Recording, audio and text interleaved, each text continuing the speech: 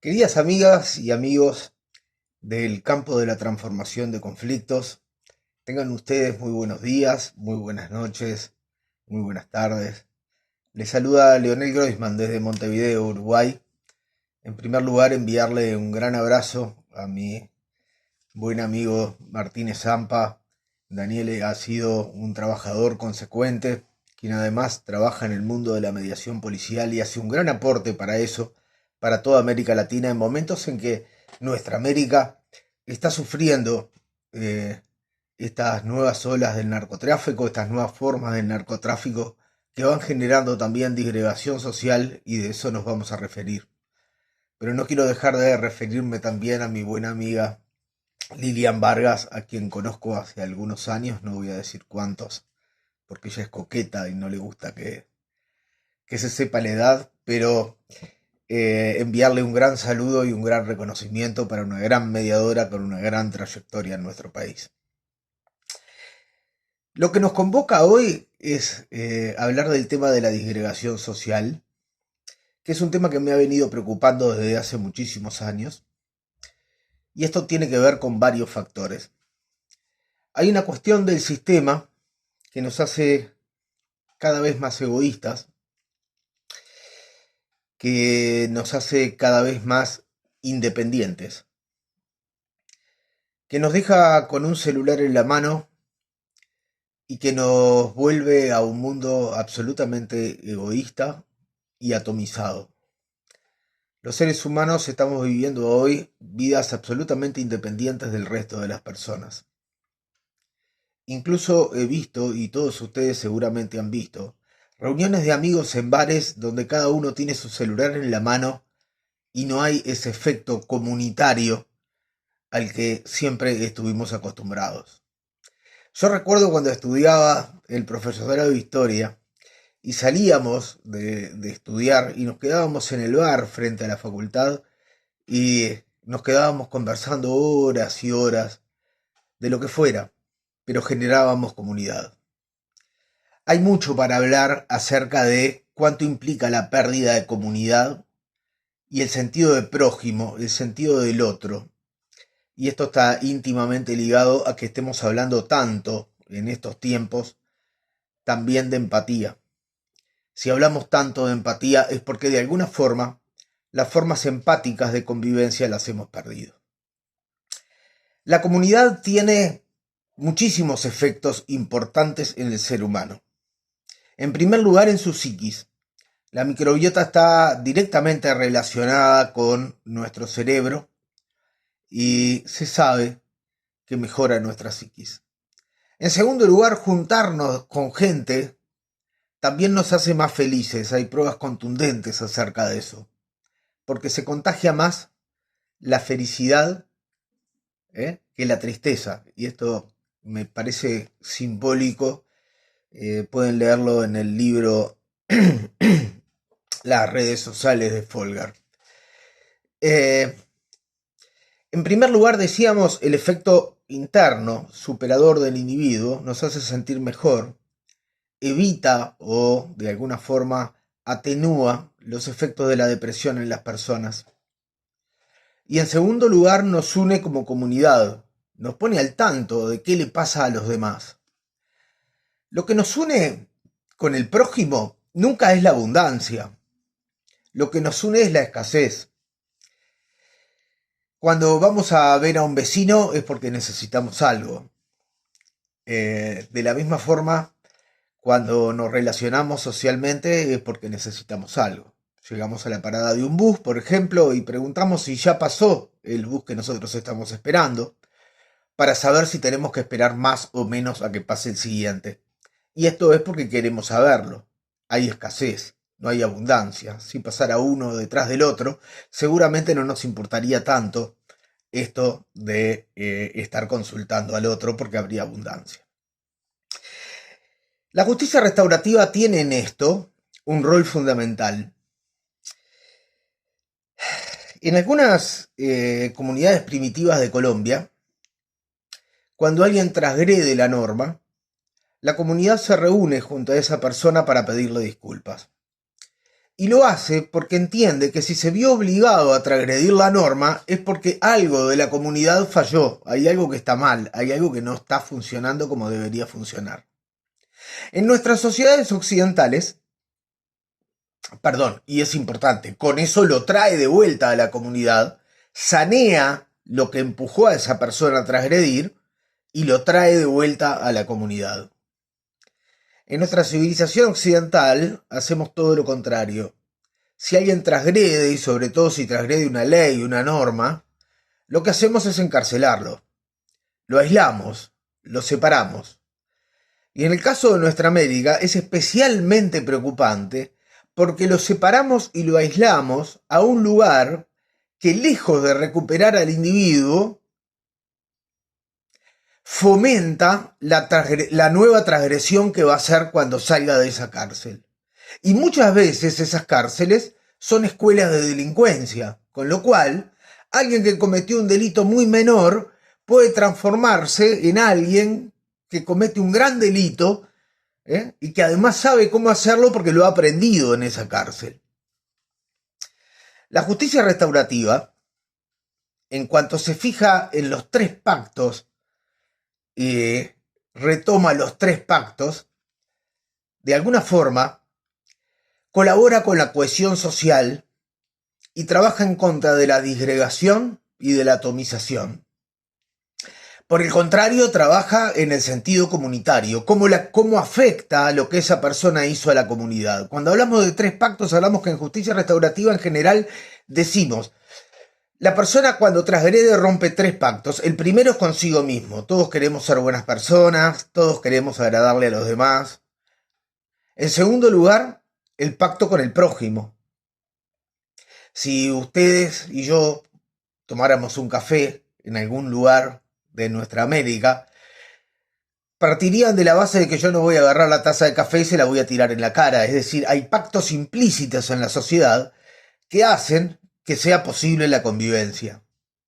Y en tercer lugar, lo que se rompe es el pacto social. Ese pacto que hace que necesitemos de ciertas normas y de ciertos acuerdos para poder vivir en una sociedad de forma armónica. De tal forma que cuando se transgrede, cuando se comete un delito, por ejemplo, se rompen esos 3 pactos.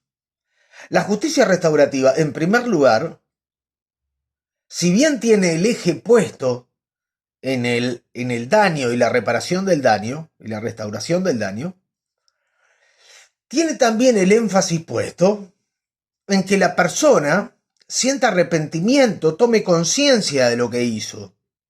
En segundo lugar, recupere el concepto de prójimo, es decir, le hice daño a un otro y tome dimensión del daño que le hice al otro y las consecuencias que eso tiene.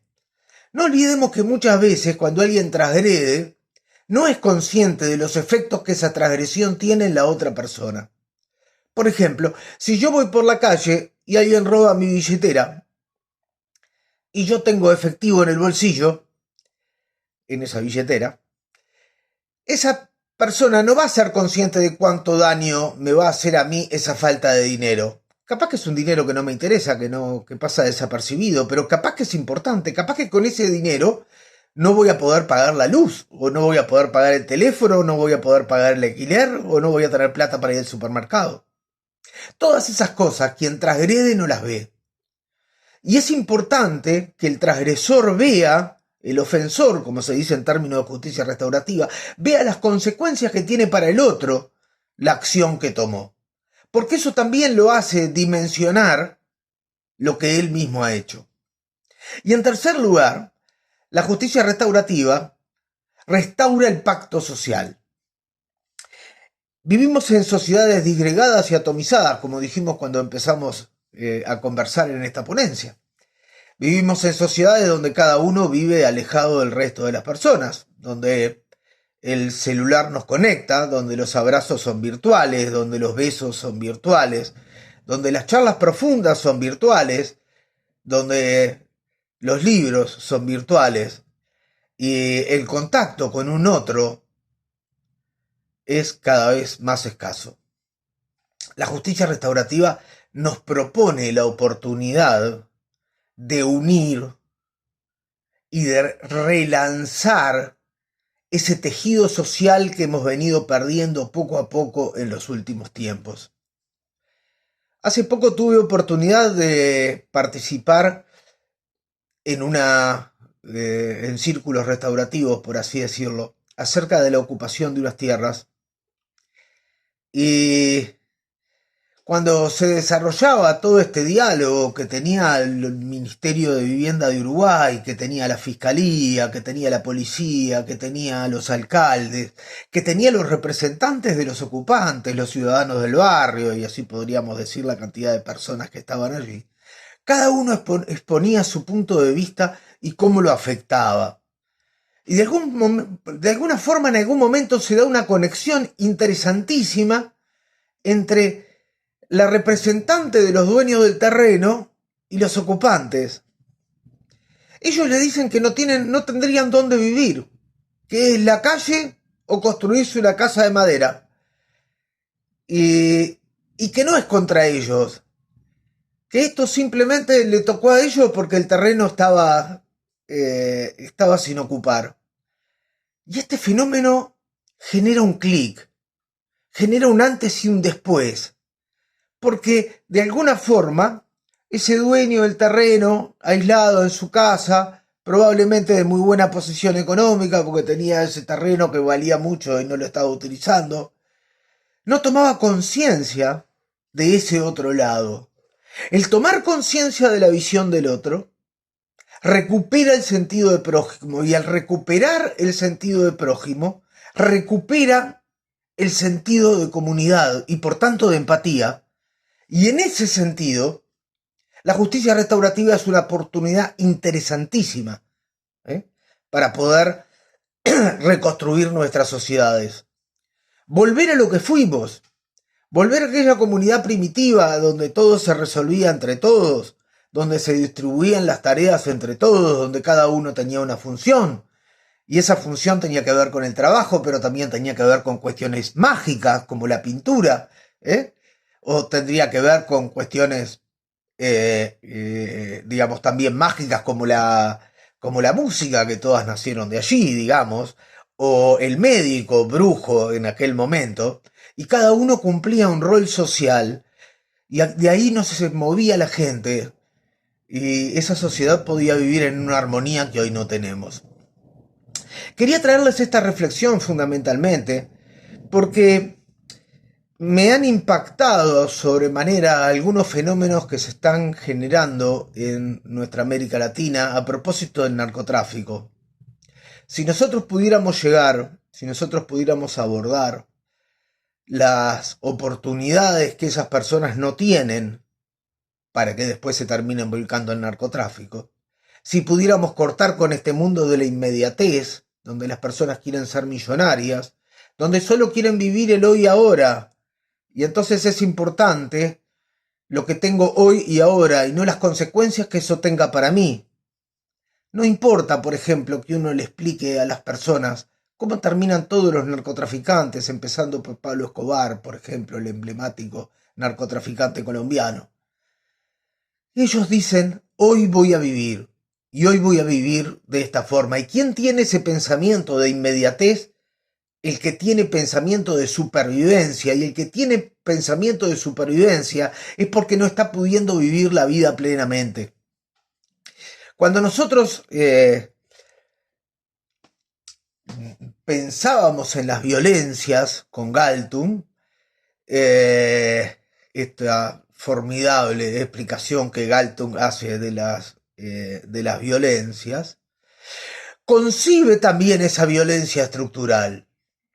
Se trata entonces de cómo nosotros abordamos esa violencia estructural, generamos sociedades más libres y justas, generamos sentido de comunidad, sentido de empatía, sentido de prójimo, porque si queremos sociedades realmente integradas, si queremos sociedades donde las transgresiones sean mínimas, si queremos sociedades donde todos colaboremos, si queremos sociedades colaborativas, si queremos sociedades de tipo ganar-ganar, este mundo nos impone un acceso más o menos par a ciertas cosas que son indispensables para la vida. En primer lugar, que las personas no tengan que pensar en el aquí y ahora, sino que tengan una visión de futuro. Para tener una visión de futuro tengo que tener ciertas cosas aseguradas. La justicia restaurativa lo que hace es poner en evidencia cuáles son esas falencias y de alguna forma nos conecta directamente con la posibilidad de ciudades y de un mundo cohesionado, con comunidades, con un super yo importante que en algún momento implicaban las religiones y con un mundo donde podamos convivir en paz. Les agradezco mucho la atención y estoy en las órdenes para evacuar las dudas. Que tengan buenos días, buenas tardes o buenas noches.